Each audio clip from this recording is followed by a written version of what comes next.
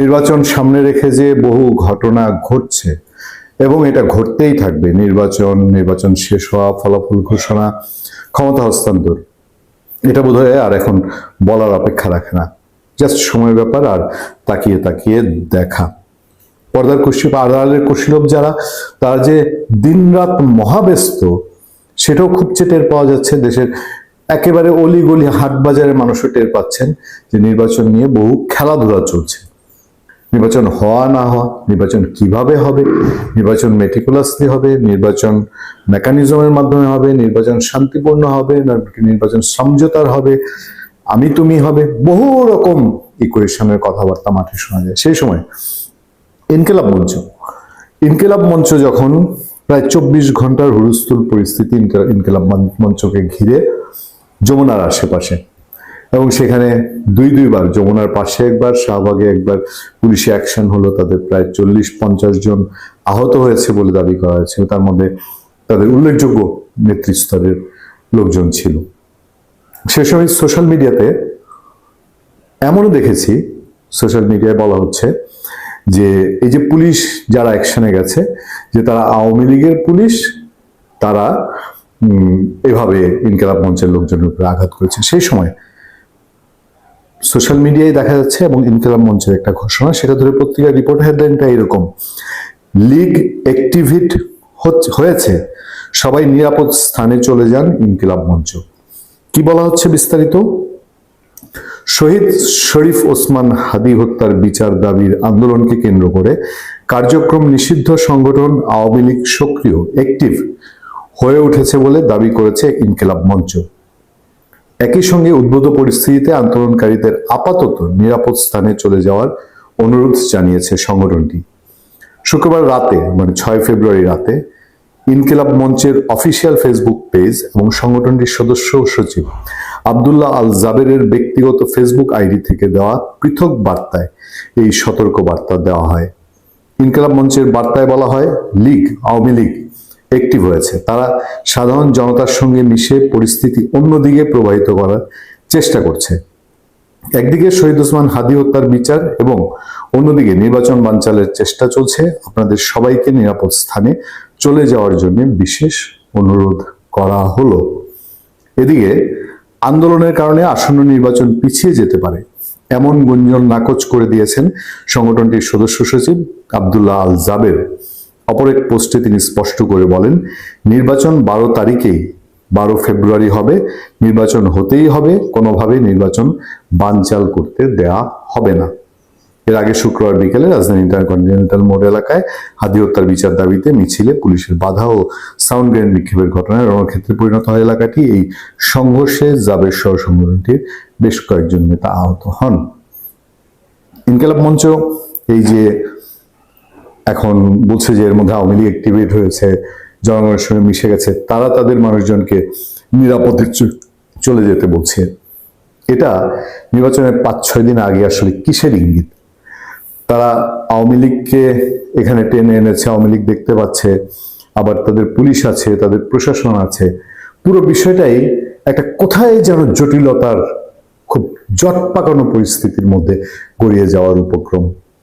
দর্শক, ইনকিলাব মঞ্চের নেতাদের পুলিশের সঙ্গে যে সংঘর্ষ, সেই সংঘর্ষে প্রচুর আহত হয়ে হাসপাতালে যাওয়ার পরে শাহবাগ অবরোধের যে ঘটনা, সেখান থেকে আবারও নতুন করে সন্ধ্যার পরে সংঘর্ষ জন্ম নেয় এবং অবরোধের জন্য শাহবাগে অবস্থান নেয়া ইনকিলাব মঞ্চের নেতা কর্মীদের পুলিশ শক্তি প্রয়োগ করে, সাউন্ড গ্রেনেড মেরে, টিয়ার সেল মেরে, অনেকটা লাঠিপিটা করে তাদেরকে সেখান থেকে সরিয়ে দিয়েছে। তার মানে ব্যাপারটাতে বোঝা যাচ্ছে যে সরকার মোটামুটি এই ব্যাপারটা শক্তভাবে দমন করার চেষ্টা করছে।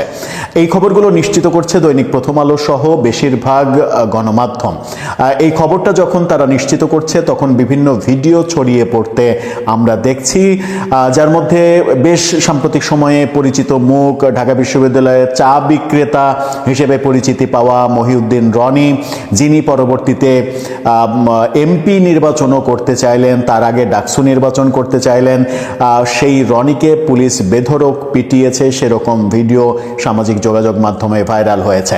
এই সামগ্রিক ঘটনা নিয়ে প্রধান উপদেষ্টার ফেসবুক পেজ থেকে একটা বিবৃতি দেওয়া হয়েছে এবং বিবৃতিতে পুলিশের পক্ষ থেকে কোনো ধরনের কোনো গুলি ছোড়ার ঘটনা অস্বীকার করা হয়েছে। যদিও ইনকিলাব মঞ্চের পক্ষ থেকে দাবি করা হয়েছে তাদের সদস্য সচিব জাবের আব্দুল্লাহ আল জাবের তিনি গুলিবিদ্ধ হয়েছেন।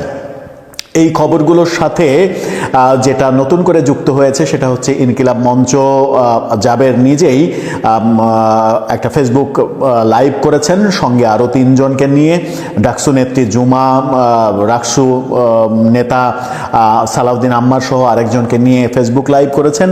সেখানে তার মতো করে ইনকিলাব মঞ্চের অবস্থান বর্ণনা করেছেন এবং তার কথাই এক প্রকার এটা বোঝাই গেছে যে এই পুলিশকে তিনি আওয়ামী লীগ হিসেবে ট্রিট করছেন এবং তিনি এই সামগ্রিক আজকের পরিস্থিতির পরে তাদের কর্মসূচি স্থগিত করে দিচ্ছেন। এক প্রকার সরকারের চাপে সরকার যখন এগ্রেসিভ হয়েছে তখন ইনকিলাব মঞ্চ তাদের কর্মসূচি থেকে সরে আসতে বাধ্য হলো কিনা সেই প্রশ্ন এখন উঠবে। চলুন একটু আলোচনা করে দেখি কোন কোন প্রেক্ষাপটে কি অবস্থা তৈরি হলো, ফেসবুক লাইভে তারা কি বললেন, প্রথম আলো কি বলছে, প্রেস উইং থেকে প্রধান উপদেষ্টার পেজ থেকে কি বলা হলো এবং সামগ্রিক পরিস্থিতি কোন দিকে যাচ্ছে যেখানে নির্বাচনের প্রসঙ্গ বারবার ঘুরে ফিরে আসছে। থাকবেন দর্শক। বলছিলাম ইনকিলাব মঞ্চের সঙ্গে আবারও সংঘর্ষ শাহবাগে হয়েছে রাতে এবং সেই সংঘর্ষের পরে শাহবাগ নিস্তব্ধ নগরীতে পরিণত হয়েছে। আপনাদেরকে প্রথমে প্রথম আলোর শিরোনামটা দেখায়। প্রথম আলোর শিরোনামে প্রথম আলো বলছে ইনকিলাব মঞ্চের নেতাকর্মীদের সঙ্গে পুলিশের আবার সংঘর্ষ এবং সংঘর্ষ শেষে যে পরিস্থিতি হয়েছে সেই পরিস্থিতি একটি ছবিতেই পরিষ্কার হওয়া যায়। এই ছবিটা দেখে নিন। যে শাহবাগ সন্ধ্যার পরে রাতে মানে হাজারো লক্ষ মানুষে মুখরিত থাকে সেই শাহবাগ ধুধু শ্মশান মরুভূমিতে পরিণত হয়েছে, যেন জনমানবহীন একটা জায়গায় পরিণত হয়েছে। প্রথম আলো বলছে যে সন্ধ্যা 7:30টার পরে 7:35 দিকে দ্বিতীয় দফার এই সংঘর্ষ শুরু হয় এবং তারা 8:30টাতে যখন প্রতিবেদন লেখে তখনও এটা চলছিল। আর সন্ধ্যা থেকে শাহবাগ মোড়ে অবস্থান নিয়ে বিক্ষোভ করছিলেন ইনকিলাব মঞ্চের নেতারা। এরপরে দেখা যায় যে সন্ধ্যা 7:30টার দিকে বাডেম হাসপাতালের পাশ থেকে পুলিশের একটা দল ইন্টারকন্টিনেন্টাল হোটেলের মোড়ের দিকে যাচ্ছিল। তাদের উদ্দেশ্যে ভুয়া ভুয়া স্লোগান দেন বিক্ষোভকারীরা। পরে বিক্ষোভকারীদের একটি অংশ পুলিশকে ধাওয়া দেয়। বিক্ষোভকারীরা যখন পুলিশকে ধাওয়া দেয় তখন পুলিশ এগ্রেসিভ হতে বাধ্য হয়। ইন্টারকন্টিনেন্টালের দিকে পুলিশের অন্য সদস্যরা এসে সাউন্ড গ্রেনেড, কাঁদানি গ্যাস ছোড়ে নানা রকমের বড় ধরনের সংঘর্ষের সৃষ্টি হয় এবং সেই ঘটনাতেই আমরা দেখেছি ইন্টারকন্টিনেন্টাল হোটেল এবং তার অপোজিটে সাকুরা বার, ওই জায়গাতেই সম্ভবত জায়গাটা যেখানে মহিউদ্দিন রনিকে পুলিশের এক দল এসে মহিউদ্দিন রনি পুলিশের উপরে চড়াও হলে তাকে একেবারে পেটানোর সর্বোচ্চ পর্যায়ে আমরা দেখেছি এবং তাকে মাটিতে ফেলেও পেটাতে দেখেছি। একটু ভিডিওর কিছু অংশ দেখে আসলেই বুঝতে পারবেন যে পুলিশকে কিভাবে নাজেহাল করা হয়েছিল, যার প্রেক্ষিতে পুলিশ এই ধরনের অ্যাকশনে চলে গেলেন।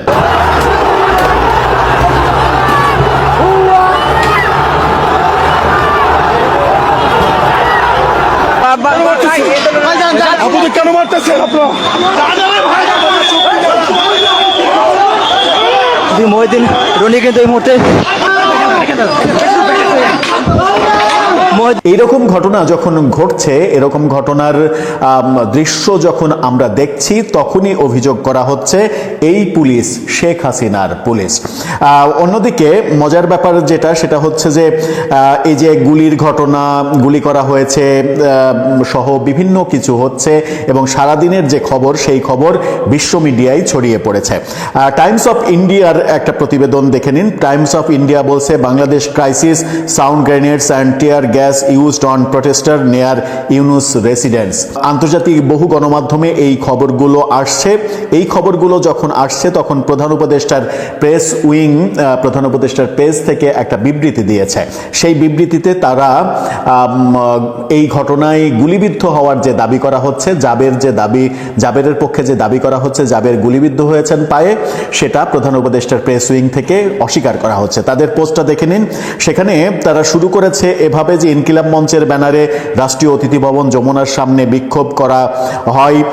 মানে তাদের মূল ভাষ্য হচ্ছে ব্যারিকেড ভেঙে যমুনার দিকে যাওয়ার কারণে উচ্ছৃঙ্খল জনতাকে পুলিশ দমন করে, জলকামান ব্যবহার করে। সরকার স্পষ্টভাবে জানাচ্ছে যে এ সময় আইন শৃঙ্খলা রক্ষাকারী বাহিনী কোনো ধরনের গুলি ছোড়েনি এবং সরকার ঢাকা মেডিকেল কলেজের তরফ দিয়ে বলছে যে ডাক্তাররা নিশ্চিত করেছে এই ধরনের কোনো ঘটনা ঘটেনি। গুলির যারা আহত হয়েছে তাদের যে শরীরে গুলির অস্তিত্ব, সেই গুলির অস্তিত্ব পাওয়া যায়নি এবং সরকার এখানে নির্বাচনের কথা বলছে যে 18 কোটি মানুষ যখন অধীর আগ্রহে নির্বাচনের অপেক্ষায়, একই সঙ্গে আন্তর্জাতিক সম্প্রদায়ের সাংবাদিক পর্যবেক্ষকরা ইতিমধ্যে বাংলাদেশে উপস্থিত, সরকার দেশের সকল নাগরিকদের প্রতি উৎসবমুখর এবং শান্তি নির্বাচনের আহ্বান জানাচ্ছে।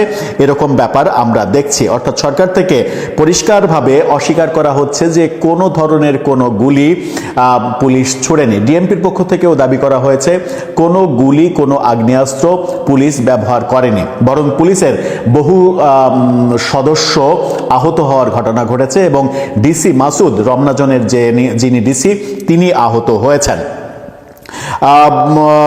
আরেকটা খবর ছড়িয়ে পড়েছে, সেটা হচ্ছে যে যমুনার সামনে 3 জন মারা গেছেন এরকম তথ্য, এরকম গুজব ছড়িয়ে দেওয়া হয়েছে ফেসবুকে। সেই ব্যাপারে সময় টেলিভিশন নিশ্চিত করছে যমুনার সামনে 3 আন্দোলনকারী নিহতের দাবি মিথ্যা।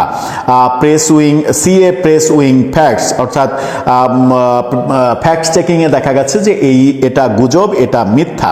আবার ঢাকায় এই যে ঘটনা ঘটছে, সেই ঢাকার ঘটনা চলে গেছে চট্টগ্রামে। একটি গণমাধ্যম কালের কণ্ঠ তারা নিশ্চিত করছে, তাদের শিরোনামটা দেখে নিন। তারা বলছে চট্টগ্রামে ইনকিলাব মঞ্চের সড়ক অবরোধ। তার মানে চট্টগ্রামেও ব্যাপারটা বিস্তৃত হচ্ছে। এই চট্টগ্রামেও যখন ব্যাপারটা বিস্তৃত হচ্ছে তখন আমরা দেখেছি যে আব্দুল্লাহ আল জাবের, সালাউদ্দিন আম্মার জুমা তাদেরকে সাথে নিয়ে একটা ফেসবুক লাইভ করেছেন। প্রায় 18 মিনিটের ফেসবুক লাইভে অনেক কথা বলার চেষ্টা করেছেন এবং তার কথার মধ্যে ইন্টারেস্টিং কিছু বিষয় উঠে এসেছে। তাদের ফেসবুক লাইভের স্ক্রিনশটটা আপনারা দেখে নিতে পারেন। যে 4 জন তারা উপস্থিত ছিলেন, সেখানে এই পুলিশকে তিনি পুলিশ লীগ বলছেন, অর্থাৎ এটা আওয়ামী লীগের পুলিশ, এটা বলছেন। উপদেষ্টাদের একটা অংশ হাদিকে হত্যা করেছে, এই অভিযোগ এই ফেসবুক লাইভ থেকে করা হয়েছে। বলা হয়েছে যে উপদেষ্টাদের মধ্যেই একটা অংশ হাদির হত্যাকাণ্ডের সঙ্গে জড়িত। এই ভয়াবহ অভিযোগ সরকারের দিকে ছুড়ে দেয়া উচিত হলো কিনা সেই প্রশ্ন হয়তো উঠবে। তিনি বলছেন যে পুলিশ লীগ এখন যমুনা পাহারা দিচ্ছে এবং সেই যমুনাতে প্রফেসর ইউনূসও নিরাপদ নয়। আমাদের উপরে যেভাবে আক্রমণ করা হয়েছে ঠিক সেইভাবে এই পুলিশ লীগ প্রফেসর ইউনূসকেও আক্রমণ করতে পারে, এটা বলেছেন যে পুলিশ তাদের নেমপ্লেট খুলে ফেলেছে, নেমপ্লেট খুলে আমাদের উপরে আক্রমণ করেছে যেন আমরা তাদের নাম দেখতে না পাই। তিনি বলছেন যে অবশ্যই 12 তারিখে নির্বাচনের প্রসঙ্গটা তিনি 2-3 বার বলেছেন। তিনি বলেছেন যে অবশ্যই 12 তারিখে নির্বাচন হতে হবে, অর্থাৎ তাদের এই আন্দোলনটাকে নির্বাচন বানচালের একটা চেষ্টা যখন বলা হচ্ছে বিভিন্ন দিক থেকে, তখন তিনি বলছেন 12 তারিখে নির্বাচন হতে হবে। নির্বাচন বানচালের জন্য আমাদের উপরে হামলা করা হয়েছে, উল্টা এই অভিযোগ তিনি করেছেন। বলেছেন যে নির্বাচন বানচালের জন্য একটা গোষ্ঠী পরিকল্পিতভাবে আমাদের উপরে হামলা করেছে। মূলত আজকের আক্রমণের উদ্দেশ্যই ছিল নির্বাচন বানচাল করা। যখন ইনকিলাব মঞ্চের উপরে অভিযোগ যাচ্ছে যে নির্বাচন বানচালের চেষ্টার জন্য এই কাজ তারা করছে, তখন তিনি উল্টা অভিযোগ করেছেন যে আমাদের উপরে হামলার মূল কারণ হচ্ছে নির্বাচন বানচাল করা। তার মানে ঘুরে ফিরে নির্বাচন বানচালের প্রসঙ্গটা সামনে আসছে এবং প্রধান উপদেষ্টার ফেসবুক পেজ থেকে যে বিবৃতি দেওয়া হয়েছে সেই বিবৃতিতেও নির্বাচনের প্রসঙ্গটা উঠে এসেছে। যখন মানে নির্বাচন বানচালের কথা এবং পুলিশকে পুলিশ লীগ বলা হচ্ছে, তখন আমরা ফেসবুকে অন্যদিকে দেখছি যে ফেসবুকে ছড়িয়ে দেওয়া হচ্ছে বিভিন্ন পুলিশ সদস্যের ছবি সহ ছড়িয়ে দেওয়া হচ্ছে যে এই সদস্য এরা আক্রমণ করেছে।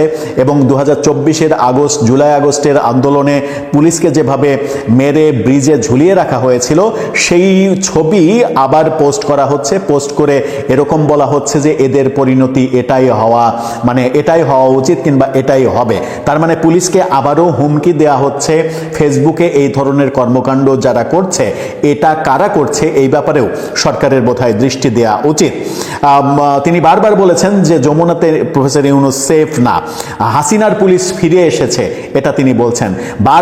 অনেকবার তিনি হাসিনার পুলিশ বলেছেন, অর্থাৎ যে পুলিশ প্রফেসর ইউনূসের আমলে কাজ করছেন সেই পুলিশও হাসিনার পুলিশ, এই কথা তিনি বলছেন। সরকার যখন তার প্রেস বিজ্ঞপ্তিতে জানিয়ে দিয়েছে যে 8 তারিখের রবিবার তারা জাতিসংঘে চিঠি দেবে, হাদি হত্যাকাণ্ডের তদন্তের ব্যাপারে জাতিসংঘকে চিঠি দেবে, সেই ব্যাপারটা জাবের মেনে নিয়েছেন, অর্থাৎ ইনকিলাব মঞ্চ মেনে নিয়ে বলছেন 8 তারিখে অবশ্যই চিঠি দিতে হবে জাতিসংঘে। কিভাবে তারা তদন্ত করবে সেটার গাইডলাইনও দিয়ে দিতে হবে সরকারকে। অর্থাৎ তিনি কিছু আবার পয়েন্টও বলে দিয়েছেন যে জাতিসংঘকে বলে দিতে হবে এভাবে তদন্ত করতে হবে।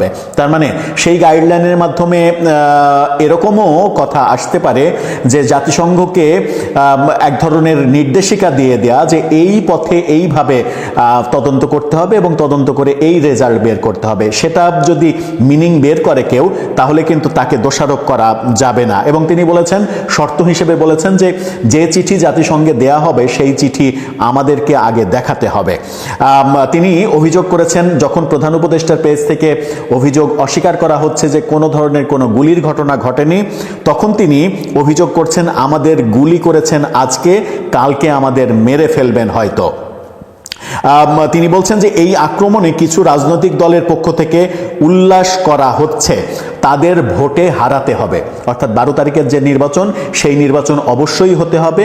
এবং আমাদের উপরে আক্রমণের কারণে যে সকল দল, যে রাজনৈতিক দল, মানে মূলত বিএনপির দিকেই টার্গেট করে এই কথা বলা হয়েছে, যারা উল্লাস করছে তাদেরকে 12 তারিখের ভোটে হারাতে হবে, তাদের বিপক্ষে ভোট দিতে হবে। আমাদের এই আন্দোলনের পক্ষে যারা আছে তাদেরকে ভোট দিতে হবে, সেই কথা তিনি বলেছেন। এবং তিনি তাদের কর্মীদের উদ্দেশ্যে বলেছেন, আপনারা শান্ত থাকুন রবিবার পর্যন্ত। রবিবার যেহেতু সরকার সময় নিয়েছে, আমরা রবিবার পর্যন্ত দেখতে চাই। অর্থাৎ এই যে আন্দোলন, এই আন্দোলনের জবনিকাপাত তিনি টানলেন, এই আন্দোলন শেষ হয়ে গেল। এক ধরনের বলা যায় যে শেষ করতে বাধ্য হলেন কিনা সেই প্রশ্ন উঠবে যখন পুলিশের উপরে অভিযোগ করছেন, সরকারের উপরে অভিযোগ করছেন।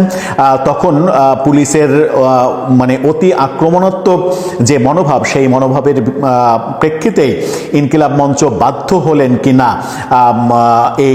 হলো কিনা এই আন্দোলন থামিয়ে দিতে কিংবা স্থগিত করতে, আপাতত সবাইকে চুপ থাকতে বলা হয়েছে, সেটা বলা হলো কিনা সেই প্রশ্নটা হয়তো আসবে। তিনি অভিযোগ করেছেন যে সালাউদ্দিন আম্মার, তার পাশে যিনি বসেছিলেন, তার মাথা লক্ষ্য করে গ্রেনেড ছোড়া হয়েছিল, অর্থাৎ সাউন্ড গ্রেনেড। যেটা গ্রেনেড তো আর পুলিশের হাতে থাকবে না, সাউন্ড গ্রেনেড। সালাউদ্দিন আম্মারের মাথা বরাবর, মাথা টার্গেট করে সাউন্ড গ্রেনেড মারা হয়েছিল, এই অভিযোগ তিনি করেছেন। আম্মারের ভাগ্য ভালো যে সেটা জায়গা মতো লাগেনি, তার ঠোঁট কেটেছে, ঠোঁটের নিচে সেলাই দিতে হয়েছে, তার হাত ভেঙেছে, আঙুল ভেঙেছে, এই অভিযোগগুলো করেছেন। এবং সালাউদ্দিন আম্মারের যে বাম হাতে ব্যান্ডেজ, আঙুলে ব্যান্ডেজ, ঠোঁটের নিচে ব্যান্ডেজ, এগুলোও দেখা গেছে। এবং জাবেরের পায়ে 2 জায়গায় ব্যান্ডেজ, এই ব্যাপারগুলোও দেখা গিয়েছে। তিনি সব থেকে ভয়াবহ যে কথাটা বলেছেন, এই কথাটা বলে তিনি ঠিক করলেন কি না সেটা তিনিই ভালো বুঝবেন। সেটা হচ্ছে যে আমাদের এক ভাই হাদি চলে গেছেন, আরও কোনো ভাইকে যদি আমরা হারাই, মানে তিনি এরকম আশঙ্কা করছেন যে আরও কাউকে হারাতে হতে পারে।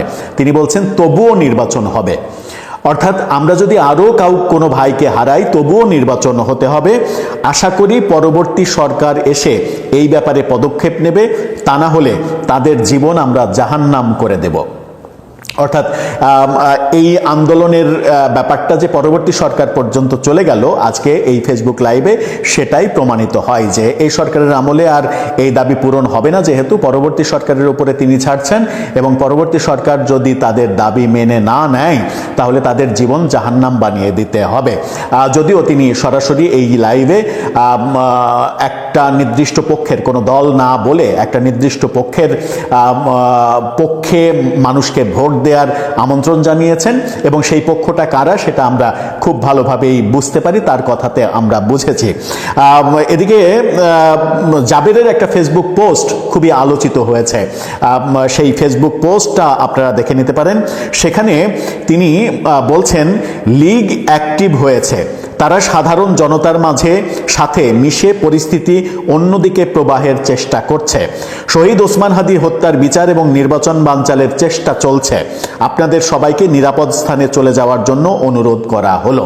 অর্থাৎ সবাইকে নিরাপদ স্থানে সরে যাওয়ার জন্য বলা হচ্ছে এবং এই পুরো ব্যাপারটাতে তিনি আওয়ামী লীগকে খুঁজে পাচ্ছেন, আওয়ামী লীগের দোষ খুঁজে পাচ্ছেন এবং আওয়ামী লীগ পুলিশ লীগ হয়ে ফিরে এসেছে এই অভিযোগটা বলছেন এবং আওয়ামী লীগ ফিরে এসেছে, তারা নির্বাচন বানচালের চেষ্টা করছে, এই অভিযোগটা প্রতিষ্ঠিত করার চেষ্টা করলেন। এবং সর্বশেষ যে ছবিটা দেখিয়েই আপনাদেরকে শেষ করতে চাই সেটা হচ্ছে যে তাদের লাইভটা যখন শেষ হয় তখন তাদের যে বিমর্ষ চেহারা, কতটা শারীরিকভাবে ক্লান্তি গিয়েছে তাদের উপর দিয়ে, কতটা ধকল গেছে সেটা খুব পরিষ্কার হয়ে যায়। এই ছবিটা, শেষ ছবিটা আপনারা দেখে নিন, যেখানে সালাউদ্দিন আম্মার, জাবের, জুমা সহ পাশে আরেকজন, তার নামটা আমি ভুলে গেছি, এই চারজনের যে চাহনি, তার চারজনের যে এক্সপ্রেশন, সেই এক্সপ্রেশন বলে দেয় যে তাদের উপরে গত রাত থেকে আজকে রাত পর্যন্ত